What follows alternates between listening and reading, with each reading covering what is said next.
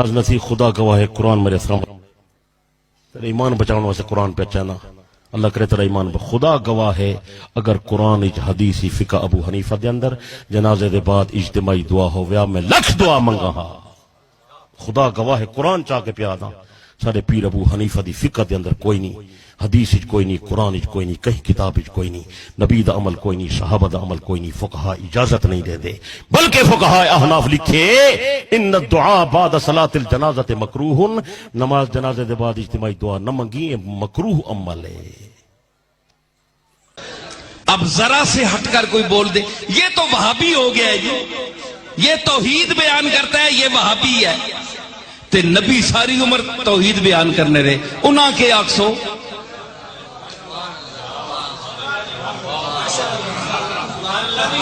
تے قرآن ساری توحید بیان کر رہا ہے اللہ کے آکسو اللہ ہے وہاب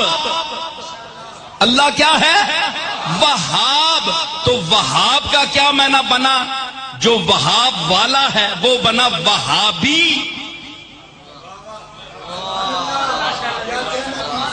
اے سنو بھائی اہل سنت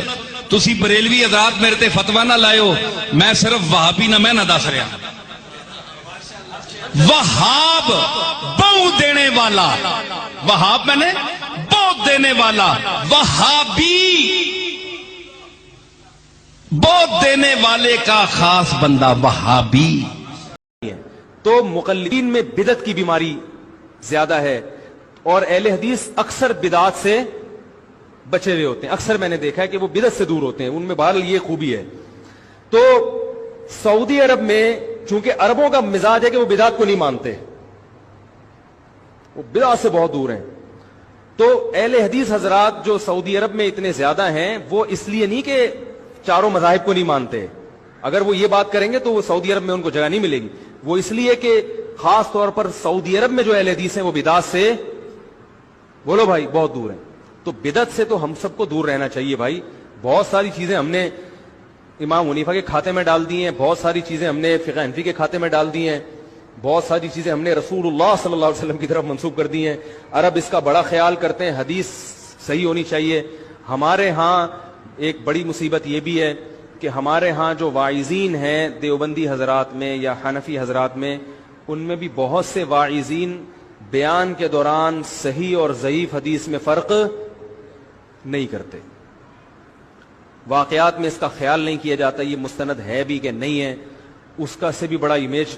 دنیا میں خراب جاتا ہے تو جبکہ اہل حدیث حضرات اس کا اہتمام جو جہاں تک مجھے معلومات ہے وہ کرتے ہیں تو کہ وہ حدیث کی بہرحال کوشش کرتے ہیں کہ صحیح ہو اسی لیے میں کہتا ہوں کہ آئی لو اہل حدیث ابو آل اسکول آف تھاٹس میں اہل حدیث کو باقی تمام مکاتب فکر سے زیادہ محبوب رکھتا ہوں کہ جب ان کے سامنے دلائل رکھے جاتے ہیں فوراً رجوع کر لیتے ہیں کھل کے اہل بیت کا ذکر کرتے ہیں اہل بیت کو پسند کرتے ہیں محبت کرتے ہیں بلکہ بعض میں آپ سے کہوں کہ اہل حدیث کے ایک عالم ہمارے پاس آئے تقریر کر کے گئے اس میں شیعہ نے بھی تقریر کی باقی مسالک نے بھی کی لیکن مدح اہل بیت میں جو گہری باتیں اور جو بڑی باتیں اہل حدیث کے عالم نے کی وہ کسی اور نے نہیں کی اور میں خود حیران تھا کہ اہل حدیث حضرات اس کے قائل ہیں کہ ایک وقت میں 3 طلاقیں جو دی جاتی ہیں وہ ایک شمار ہوتی ہیں اس سلسلے میں حضرت عبداللہ ابن عباس رضی اللہ تعالیٰ عنہ کی مشہور روایت ہے جس میں انہوں نے حضرت عمر رضی اللہ تعالیٰ عنہ کا حوالہ دیا ہے اور یہ فرمایا کہ حضرت عمر نے 3 طلاقوں کو جو ایک مجلس میں دی جائیں نافذ العمل کیا تھا سزاً ان کے جو الفاظ ہیں ان سے یہ بات بالکل ظاہر ہے اور بڑی تفصیل کے ساتھ اس کو حضرت امام ابن تیمیہ رحمۃ اللہ علیہ نے بیان فرمایا ہے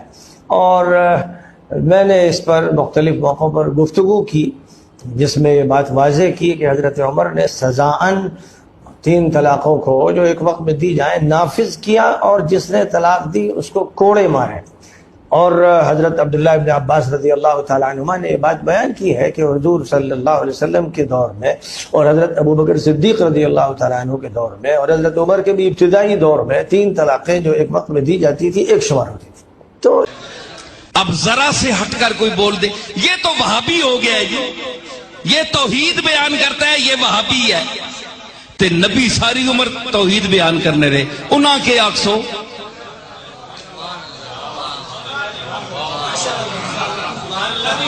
تے قرآن ساری توحید بیان کر رہا ہے، اللہ کے آکسو.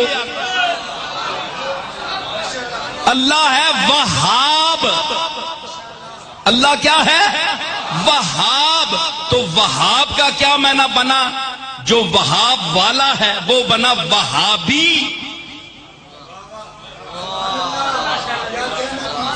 اے سنیو بھائی اہل سنت، تسی بریلوی حضرات میرے تے فتویٰ نہ لائے ہو، میں صرف وہابی نہ میں نہ دس رہا. وہاب بہو دینے والا، وہاب میں نے بہت دینے والا، وہابی بہت دینے والے کا خاص بندہ وہابی. جہاں تک میری رائے ہے، میں نے کئی آرٹیکل اس پر لکھے ہیں، اور میرا ماننا یہ ہے کہ طلاق کے ثلاثہ کچھ بھی نہیں، صرف یہ کچھ فتوے کی بنا پر معاملہ بگڑ گیا. کچھ لوگوں نے فتوے دے کے معاملہ بگڑ دیا. اگر فتوے کو الگ کر دیا جائے تو وہ کچھ بھی نہیں. اور اس معاملے میں جہاں تک میں کہوں گا کہ سلفی حضرات جو ہیں، اہل حدیث حضرات کا مسلک بہت صحیح ہے. اس کے اوپر بھی جھوٹا الزام لگایا ان لوگوں نے کہ وہ اپنی طرح مانتے ہیں. نہیں سر، اہل حدیث جس طرح نبی الاسلام کو مانتے ہیں نا، اس طرح اور کوئی نہیں مانتا. کیونکہ آپ لوگوں نے تو لوگوں کے بنائے ہوئے امام بنائے ہوئے ہیں. اہل حدیث نے اس کو امام مانا ہوا ہے جس کو اللہ نے امام بنایا. ما ضل صاحبکم وما غوی. اہل حدیث کی آپ کے بزرگوں سے کوئی دشمنی نہیں ہے. وہ جو کچھ کہتے ہیں نبی الاسلام کی محبت میں کہتے ہیں. آپ ذرا ان کے قریب ہوں، آپ کو پتہ چلے گا کہ اہل حدیث نے نبی الاسلام کو صحیح مانا ہے. باقی تو صرف نام کے ہی مان رہے ہیں. ٹھیک ہو گیا. وأن نكون بين علماء الحديث وطلاب الحديث ذلك أن أهل الحديث هم آل النبي وهم أحبابه وأصحابه وإن لم يصحبوه في حياته لكنهم صحبوا سنته. ہمارے لیے بڑی مسرت کی بات ہے اور میرے لیے بہت خوشی کی بات ہے کہ میں آج ایسے لوگوں کے پاس ہوں جن کو اہل الحدیث کہا گیا ہے، اور اہل حدیث ہی اصل میں آل النبی ہیں اور اللہ کے رسول کے سچے محب ہیں. اللہ رب العزت ہمیں اس محبت کو برقرار رکھنے اور قیامت کے دن اپنے محبوب کے ساتھ جمع فرمائے. اہل الحدیث ہم اہل النبی صلی اللہ علیہ وآلہ وسلم. اہل الحدیث ہم احباب محمد صلی اللہ علیہ وآلہ وسلم. اہل الحدیث ہم احباب اللہ سبحانه وتعالى. كفى بذلك شرفا وفخرا أنكم أهل الحديث. الإمام أحمد بن حنبل رحمه الله ورضي عنه